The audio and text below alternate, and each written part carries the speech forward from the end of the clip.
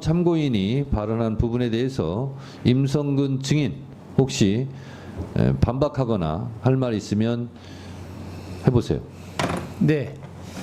일단 1분간 하세요.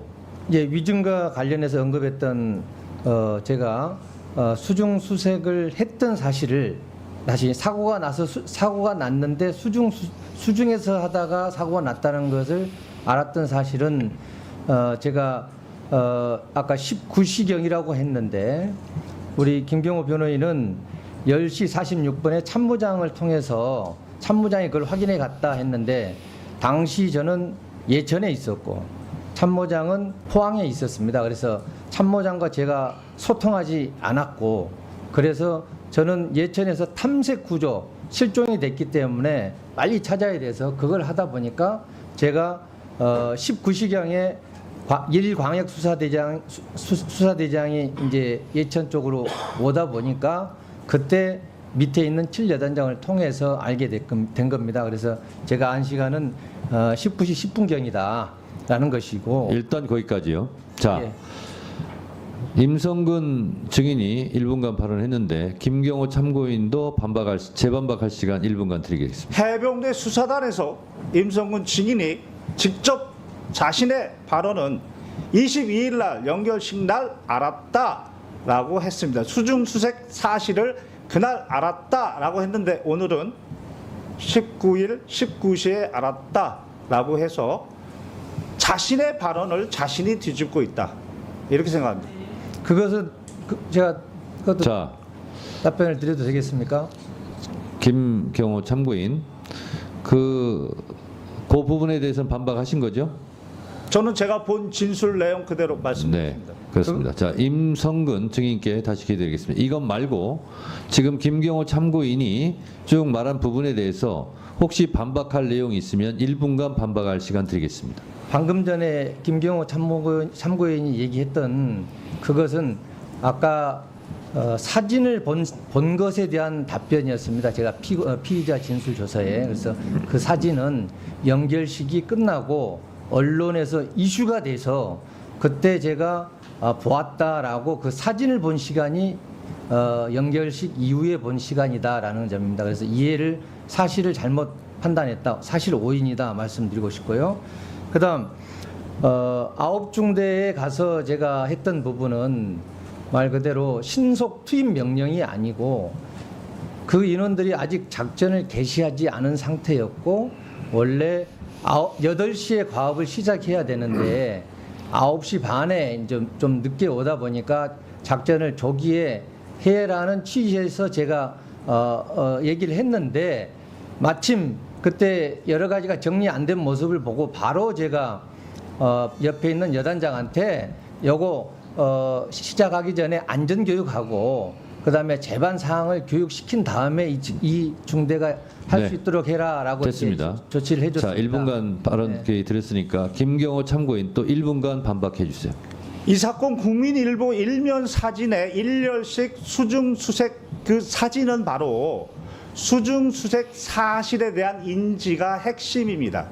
오늘 오전에 어느 국회의원님이 그 사진을 올려주시고 물어봤을 때에는 수중 수색 사실을 7월 19일 19시에 알았다. 이렇게 발언했습니다. 그런데 수사단에서의 발언은 바로 그 국민일보 사진을 22일 날 받고 수중 수색 사실도 그날 알았다라고 하면서 자신은 어떠한 수중 수색 지시도 한 바 없다까지 얘기했습니다. 따라서 여기서 핵심은 수중 수색 사실의 인지이고 그것에 대해서 오전에 분명히 7월 19일 19시라고 얘기했는데 그것은 자신의 발언과 기존의 발언과 배치된다.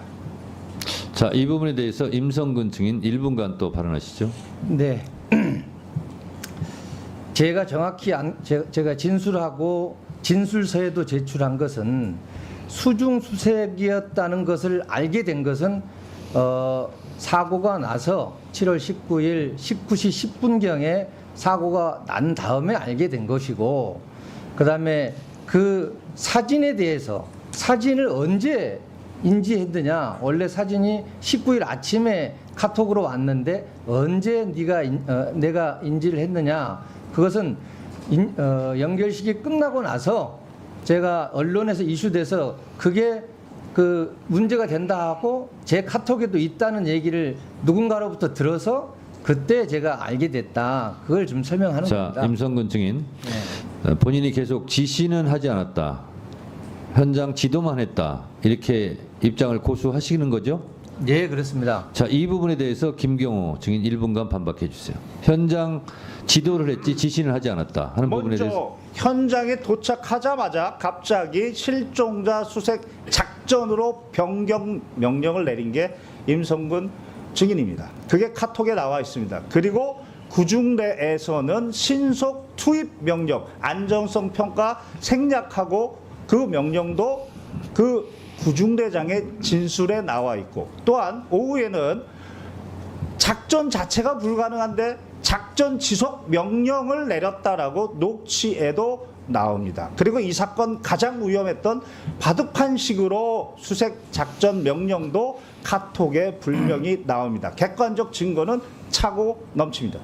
자, 임성근 증인, 바둑판식으로 찔러라 하는 작전 지시를 했다라고 지금 김경호 참고인께서 말씀하시는 거죠? 그렇습니다. 네, 이 부분에 대해서 반박해 주세요. 네. 바둑판식 수색이 나온 것은 아까 위원장님께서 카톡으로 지시했다는 그 사단장 지시사항입니다. 그 사단장 지시사항은 일단 그 사단장은 누구죠? 접니다. 지시했네요, 그러면. 저의 지시사항으로 있는데 그게 포병 부대만 있는 사단장 지시사항입니다. 다른 데는 그게 없는 사단장 지시사항입니다. 즉 제가 지시하라고 해야 사단장 지시사항이 되는데 그 부대만 있다는 겁니다. 그다음 그 안에 들어있는 내용 자체도 제가 여단장을 통해서 언급하고 지시하고 또 강조한 것은 바둑판식 수색이었는데 나머지 찔러가면서 해라 이런 내용들이 들어가 있는데 그것은 이미 여단장이 아침부터 집안이 약해서 찔러가면서 이렇게 안전성 차원에서 해라 하는 그런 것까지 포함해서 돼 있기 때문에 제가 한 것은 바둑판식 수색 하나다라는 말씀이고, 바둑판식 수색은 지금 1열 종대, 2열 종대, 횡대 이런 어떤 수색 대형이 아닙니다. 바둑판식은 바둑판식으로 바둑판처럼 구역화해서 이걸 딱 쪼개가지고 어느 네. 지역이 알겠어요. 중요하면은 그걸 취지를 집중적으로 알겠습니다. 하라. 취지를 이런 알겠습니다. 것이지 자. 구역화 세분합니다. 됐습니다. 아니, 자, 대형이 아닙니다. 예. 대형이 자. 아니고 예. 다른 분들은 좀 자제해 주시고요. 자, 김경호 참고인 이 부분에 대해서 반박해 주세요. 바둑판식이 왜 수중 수색 지시였느냐? 카톡에 이런 대목이 나옵니다. 탐색 및 수색 다시 실시입니다. 그리고 나서 바둑판식 지시가 나옵니다. 그렇다면 다시 이전에 그 전에 어떤 모습이 있었느냐? 그게 바로 구중대에서 안전성 평가 생략하고 신속 투입시켜서 국민일보 일면에 나와 있는 허벅지까지 수중수색 1열식이었습니다. 그것을 보고 나서 포병은 비효율적이다. 1열식이 비효율적이라는 겁니다. 그리고 바둑판식으로 무릎 아래까지 내려가서 찔러보면서 해라 라고 했던 것입니다.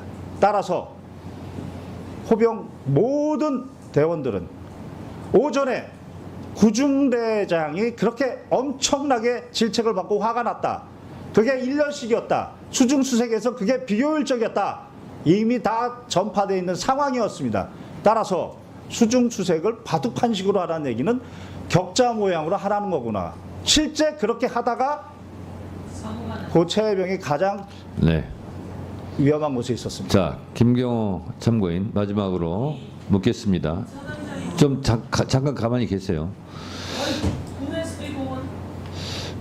박정훈 수사단장이 이런 사실을 다 조사를 했고 수사를 했고 그래서 임성근 사단장의 과실이 인정되었고 혐의로 인정되었고 그래서 이첩을 하고 이것은 분명히 수사를 통해서 책임을 묻게 해야 된다라는 취지로 했는데 이것이 이첩불이 되고 지금 대통령 경로설 이후로 엉망진창이 됐습니다. 자, 김경호 참고인께서도 이 사건에 대해서 소상히 알고 있는 만큼 임성근 사단장이 실제로 지시한 수중 수색을 지시를 했고 그 결과 최 해병의 사망 사건이 이루어지게 됐다라고 본인도 생각하고 있습니까?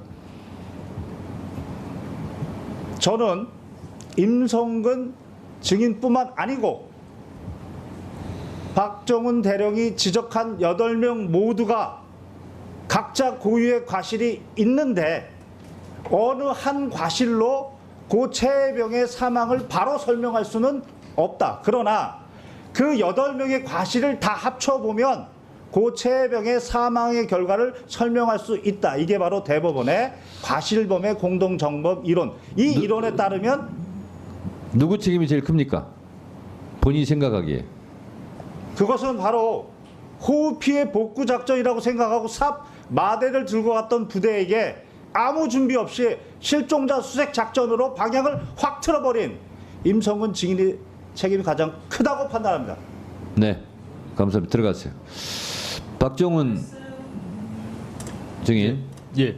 김경호 참고인이 어쩌면 본인이 말하기 좀 그런 부분까지 다 증언을 했는데 김경호 참고인 부분에 대해서 혹시 첨가하거나 삭제할 부분이 있습니까? 따로 첨가하거나 삭제할 부분 없습니다. 그 김경호 변호사가 얘기한 부분들은 제 부하인 수사관들이 저에게 다 보고했던 1000페이지 가까이 되는 수사 서류에 다 담겨져 있는 내용들입니다. 이상입니다. 잠시 주목해 주시길 바랍니다. 구독자분들에게 특별한 선물을 준비했는데요. 제가 항상 여러분들께 강조드리는 말씀이 있습니다. 이슈와 뉴스만 꾸준히 챙겨보셔도 충분히 돈을 벌 수 있다고 말씀드리는데요. 여기 보이시는 채널의 영상을 보시면 어떤 생각이 드시나요? 그냥 눈에 보이시는 뉴스와 영상만 보시고 아무 생각이 없으신가요? 그렇다면 전 잘못된 것이라고 말씀드리고 싶습니다. 그 이유가 무엇이냐면 제가 8월 초에 뭐라고 말씀드렸나요? 지금은 바이오에 관심을 가져야 한다고 뉴스만 보고 넘기지 마시고 투자를 직접적으로 생각해야 한다고 말씀드렸는데요. 이런 썸네일들과 영상을 통해서 충분히 구독자님들도 전달이 되셨을 겁니다. 이런 바이오 이슈가 되었을 때 부자들은 어떻게 생각할까요? 바이오 관련주 무엇이 있는지, 어떤 종목이 가장 좋을지, 어디에 투자해야 돈이 몰릴 수 있는지 자연스럽게 생각하라고 말씀드렸습니다. 지난번에 구독자분들과 함께하는 주식으로 수익 내기를 진행했었는데요. 100% 무료로 진행을 했고 이 사진을 보시면 알겠지만 구독이라는 문자 메시지를 남겨주신 모든 시청자분들께 이렇게 바이오 관련주 중에 가장 급등할 확률이 높은 착한 종목을 드렸습니다. 8월 14일에 우정바이오를 추천드렸습니다. 여기 나와 있는 사진을 보시면 정확히 얼마에 매수하고 어떤 종목을 사야 하는지 어느 지점에 팔아야 하는지 이런 부분들까지 여러분들에게 정확히 알려드렸는데요. 실제로 많은 분들께서 수익을 보셨습니다. 오른쪽을 보시면 알겠지만 8월 13일에 우정바이오를 소개해드리고 나서 실제로 며칠이 지나지 않고 이렇게 주가가 상한가가 되었습니다. 당시에도 굉장히 많은 분들이 제가 든 이 종목으로 수익을 냈습니다. 지난번과 똑같이 구독이라는 문자를 보내주시면 이번에 이슈가 되고 있는 주식 중에 앞으로 대장주의 구실을 하면서 주가 가장 크게 상승할 한 종목을 시청자분들에게 문자로 종목명과 사고자 하는 시점을 모두 알려드리겠습니다. 이 영상을 보시고 계시는 시청자분들 중에 종목이 궁금하 하시는 분들은 남녀노소 시간대 상관없이 이렇게 상단에 번호를 항상 남겨놓고 있습니다. 전화번호 010-8025-2352 똑같이 묘 급등 주식 문자를 보내드리겠습니다. 돈을 받는 것도 아니고 투자를 대신해드리는 것도 아니고 부담 없이 구독 문자 보내주시면 되십니다. 수익이 나신다면 구독과 좋아요 한 번씩 부탁드립니다.